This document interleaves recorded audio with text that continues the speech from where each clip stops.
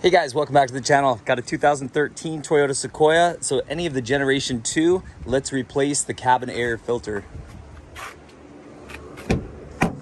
Step 1 and the toughest thing in the whole process is you got to clear out the glove compartment. I know, pain in the neck. Secondly, make sure you got a filter. I bought this one online, really inexpensive, and you don't need to go spend a bunch of money on them. I'll put a link down in the description to these as well. All right, so check it out. This little shelf right here has a couple connectors at the bottom. You want to pull straight up on them, and then it pops out. It's kind of tight, but I'll show you what those connectors look like. So see these little connectors right here, and see this one that's bent over? I broke one of them.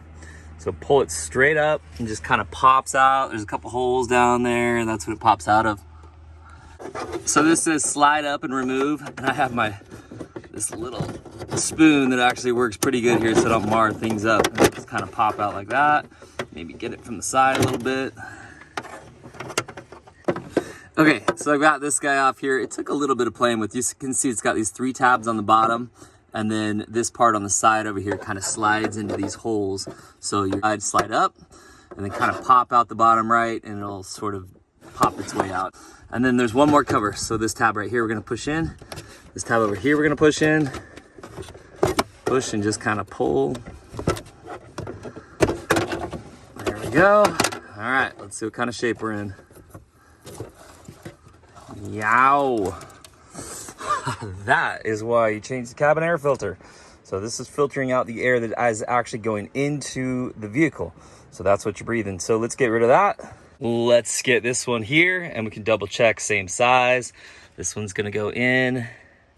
And it says, you can see that airflow, so that arrow, we want it to point down. So we'll put this in. Okay, we'll double check. That arrow on there is pointing down. That looks good.